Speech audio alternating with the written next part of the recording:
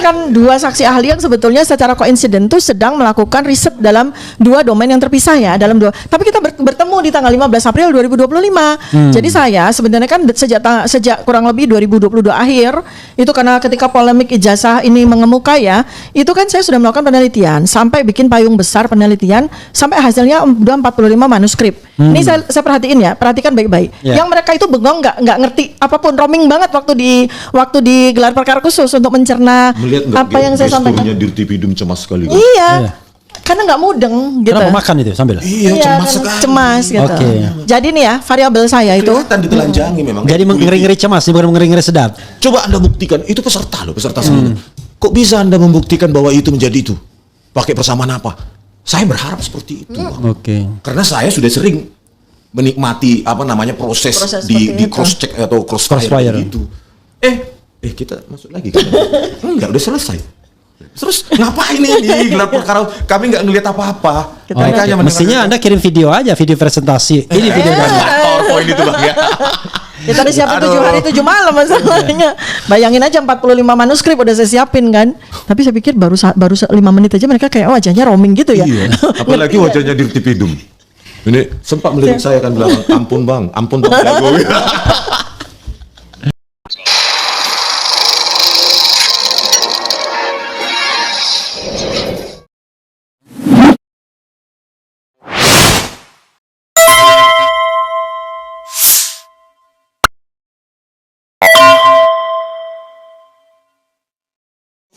Kenapa Anda satu alma mater kan sama dia? Iya. Oke, pasti nggak hafal himne jauh di bawah Gajah Mada saya. itu. Ya, terus bahwa digital bisa dikatakan representasi dari analog jika memenuhi standar tertentu yang namanya sampling rate, laju pencuplikan. Nah, dengan kemampuan atau sampling rate pencuplikan foto yang sekarang sudah modern, itu digital itu sudah bisa dianalisa mewakili analog gitu loh. Sangat mungkin. Contoh lah selalu saya bilang biometrik digital itu semua mencocokkan mata yang analog dengan mata orang lain yang analog. Terus nggak boleh diproses digital. Hidung yang analog, bentuk hidung juga, bentuk mulut juga, bentuk wajah juga semua analog. Masa yang analog itu harus kita copot dua-dua gitu kepala orang untuk mencocokkan? Itulah teknologi digital menjembatani ya hal-hal yang tidak bisa kita miliki tapi bisa kita analisa.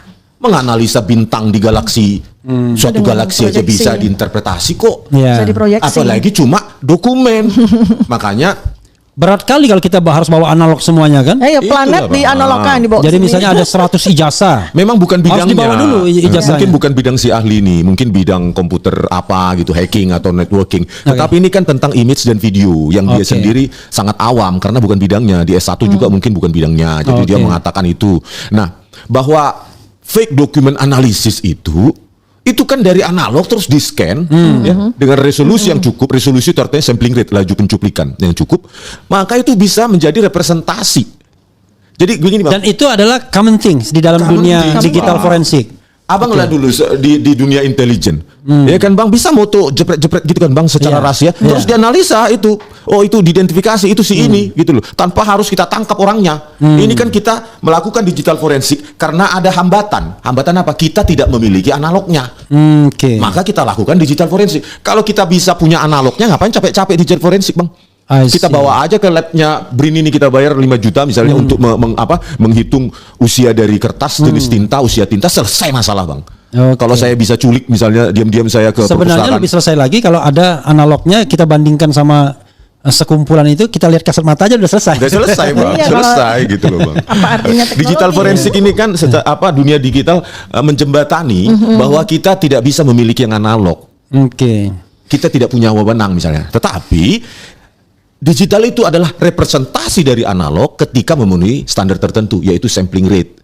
Kalau dalam dunia image yaitu resolusi. Gitu Bang. Jadi sudah komplit sebenarnya. Apalagi kalau kita pakai untuk mencocokkan wajah yang ada di ijazah Jokowi. Ini memang agak kuper sih mungkin karena nggak bidangnya. Kudet. Bidangnya gitu. Bro Rizwan, kita lakukan pergantian pemain. Ntar dulu saya tambahin dulu. Mau tambahin dulu? Bentar. Kok pendek kali? Jangan, saya masih tambahin pendek? dulu, masih pendek. Masih pendek? Ini mau cerita banyak kok dipotong-potong sih. Saya tadi Ntar dulu, enggak mau ke saya Jam berapa? Ya, dia 5. Beliau kompas dulu. Kalau gitu lanjutkan dulu. Ntar dulu. Rupanya Dr. Rismond beta kali sama Dr. Tifa. Enggak, ini kan masalah ilmiahnya. Gitu loh. Betapa gini loh Bang. Saya lihat ya, jangan santai lah. Kau tidak akan ribut sama istri. Enggak Bang, maksudnya gini Bang. Bahwa di seminar internasional apalagi kita sejak S1 saja sudah diajari seminar nasional seminar PKL. Bahkan seminar di mata kuliah juga sudah terbiasa bahwa di situ ada adu argumentasi ilmiah. Bahkan waktu S1 pun sudah diajari itu. Tetapi di tingkat Baris Krim Polri yang namanya gelar perkara khusus, kok itu sepertinya ditiadakan ya, kayak searah kami ungkapkan. Setelah itu ya sudah kalian bubar ya, biar kami yang diskusi di sini. Itu nggak fair. Iya, dia bisa jelek-jelekin. Iya, bahkan Arianto Sutadi ada ikut juga. Kami dikuliti katanya kan. Iya, ditelanjangi. Kami ditelanjangi. Loh, apa bantahannya dari Dirtipidum? Nggak ada sama sekali. Oh, bagusnya nanti kita hadirkan di sini. Iya, biar sekali-sekali. Sekali 2 kali juga boleh. Nyambung ya, saya nyambung sama Anda ya.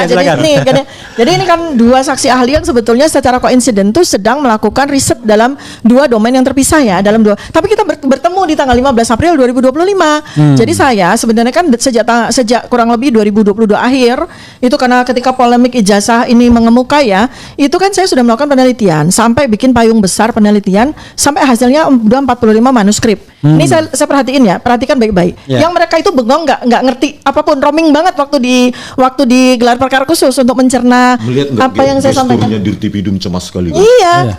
Karena nggak mudeng gitu. Karena makan itu sambil. Iya, cemas sekali. Cemas gitu. Jadi nih ya, variabel saya itu kelihatan ditelanjangi memang. Jadi ngeri-ngeri cemas, bukan ngeri-ngeri sedap. Begini ya. Iya, oke, silakan. Jadi saya tuh variabel yang saya teliti ya, itu psikofisiologis. Ini ilmu saya nih, psikofisiologis. Jadi dari bagaimana cara kerja otak itu mempengaruhi fisiologi seseorang. Raut muka. Iya, itu ya. Kemudian ekspresi mikro, kemudian simulasi naratif. Bahaya juga sama Dokter Tifa kalau kita memandang dia lama, ketahuan kita apa yang ada di otak kita. Jadi simulasi naratif. Lebih baik jadi paper. Lebih baik kita begini aja. Baru begitu aja jadi paper. Jadi simulasi naratif artinya gini, apa yang ada pada pikirannya, kemudian ekspresi mikronya, itu akhirnya ternyata membuat dia melakukan narasi-narasi tertentu, gitu ya. Nah, itu yang disitulah kemudian terjadilah sebuah kajian yang multidimensional. Nah, terus jadi misalnya gini, contoh aja gini, orang itu misalnya saya nggak ngomong ini Joko Widodo atau siapapun ya. Jadi dia itu diberikan sebuah skenario bahwa dia dulu pernah jadi mahasiswa, kemudian dia lulus dari sebuah universitas, gitu kan? Itu kan sebuah skenario di mana dia itu tidak pernah menjadi mahasiswa itu, bahkan tidak pernah memiliki ijazah itu, tapi dia harus matching kan? Dia harus matching kan? Nah, itu selamanya secara psikofisiologis nggak akan pernah bisa matching. Kalau kita bandingkan dengan orang yang benar-benar mahasiswa di situ, benar-benar wisuda di situ, menerima ijazah di situ, itu kita akan bisa perbandingkan psikofisiologisnya, kita bisa bandingkan ekspresi mikronya, dan kita bisa bandingkan simulasi narasisnya. Jadi bagaimana dia bisa bercerita. Kalau seandainya ada yang sangat pintar, sampai dia tuh apal banget skenarionya, itu pun masih bisa dibedakan secara research base gitu ya, dengan menggunakan data science, dengan orang yang benar-benar kuliah di situ, benar-benar dapat wisuda di situ, benar-benar dapat ijazah di situ. Walaupun si orang yang pertama itu benar-benar skenario mirip, benar-benar dia sangat hafal. Apalagi dengan orang yang dikasih skenario tapi nggak hafal-hafal. Untuk menghafalkan jurusannya aja dia nggak hafal-hafal, salah melulu misalnya gitu. Untuk bercerita bahwa dia kuliah di satu tempat, kemudian dia nongkrong untuk menunggu jam kuliah berikutnya aja dia salah melulu. Kemarin tampilkan juga loh bahwa tahun 77 yang tahun 77 kelulusan tahun 77 Fakultas Kehutanan UGM itu ada jurusannya loh. Jelas. Di ijazah ya? Di buku alumni. Di buku alumni. Iya, dari Leiden University itu. Suryadi, Dr. Suryadi. Jadi tahun 77 pun udah jelas jurusan mereka. Dan pasti apal lah orang yang benar-benar kuliah. Ini yang nggak pernah ada disebutin kan berarti ngarang gitu. Jadi itulah namanya simulasi naratif. Kita bisa membandingkan bagaimana narasi seseorang yang benar-benar kuliah, benar-benar wisuda, dia hadir sama orang yang diberikan skenario. Nah, itulah kajian saya. Kemudian dari ekspresi mikro, kita butuh ilmunya dari Dr. Rismond dan Dr. Roy ya. Dari ini misalnya kita mau menguji studi ekspresi mikro dengan menggunakan facial action coding system, ya kan, neurocognitive load mapping, narrative inconsistency mapping. AI face matching, frame avoidance index. Nah, ini kan bukan bagian saya, ini bagiannya beliau. Jadi ini kita akan sambung. Nanti akhirnya menghasilkan simpulan verbal dan naratif, menghasilkan simpulan biometrik visual, menghasilkan respons yang cocok antara foto-foto, antara jejak digital yang lain dengan ekspresi mikro maupun naratif sekarang.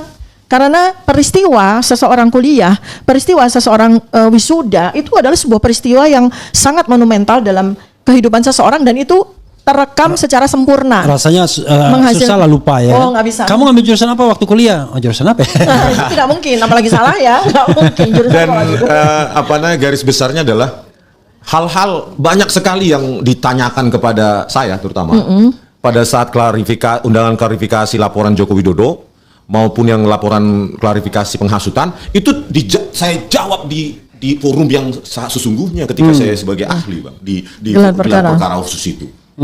Di situ seharusnya tempatnya mereka mendengarkan, bukan di meja penyidik yang nggak tahu apa-apa. Di situ kan mereka ada ahli. Justru di situlah tempat yang paling cocok. Crossfire-nya di situ ya. Crossfire. Tapi kok kami udah selesai loh.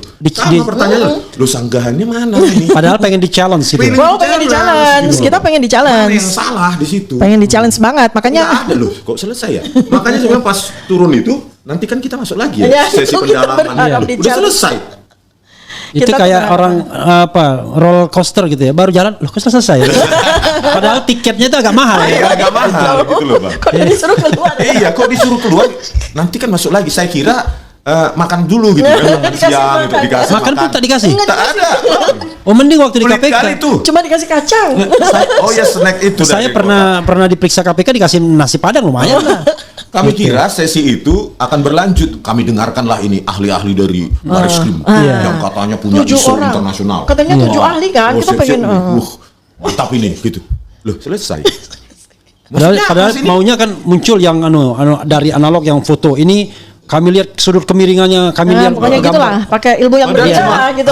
Ya nggak terkait kriminal lah ini ya. Seminar internasional aja saya pernah di Spain, di Spain, Jerman, Prancis dan lain-lain. Itu seminar di ruang kecil gini kan, Bang, dikasih session gitu. Seluruh peserta itu menanya dan men-challenge. Hanya gitu men-challenge, bukan sekedar tanya, challenge. Coba Anda buktikan, itu peserta seminar. Kok bisa Anda membuktikan bahwa itu menjadi itu? Pakai persamaan apa? Saya berharap seperti itu. Karena saya sudah sering menikmati proses di cross check atau crossfire gitu. Kita masuk lagi kan? Enggak, udah selesai. Terus ngapain ini gelar perkara? Kami nggak ngelihat apa-apa. Mestinya Anda kirim video aja, video presentasi. Ini video PowerPoint itu, Bang ya. Kita udah siapin 7 hari 7 malam masalahnya. Bayangin aja 45 manuskrip udah saya siapin kan. Tapi saya pikir baru 5 menit aja mereka kayak wajahnya roaming gitu ya. Iya. Apalagi wajahnya Dirtipidum. Ini sempat melihat saya kan bilang, ampun bang jago. Raharjo Puro ya. Katanya Pak Sutadi, di sana pakarnya hebat-hebat.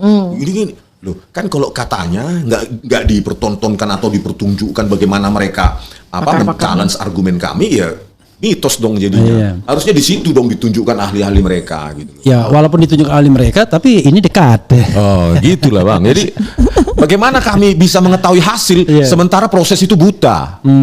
Proses pengambilan keputusan mereka itu buta, gelap. Jadi kami dibilang harus dipaksa menerima hasil mereka nanti. Jadi formalitas saja. Makanya nanti kita coba challenge lagi, apalagi yang setelah ini bisa kita lakukan. Karena terkesan dari pengacara Jokowi mengatakan kan sudah dipenuhi. Jadi kesannya seakan-akan seperti itu tuh. Kata Kompolnas hadir pula katanya UGM. Iya. Benar nggak ada.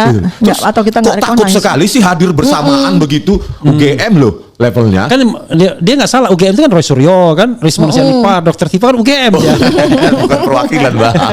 Maksudnya kenapa sih head to head gitu? Oh, apa yang kita pertanyakan nilai D misalnya kok bisa lulus, KKN-nya benar tahun berapa? Karena tanggal 15 April kan kami tanyakan belum ada dokumen KKN.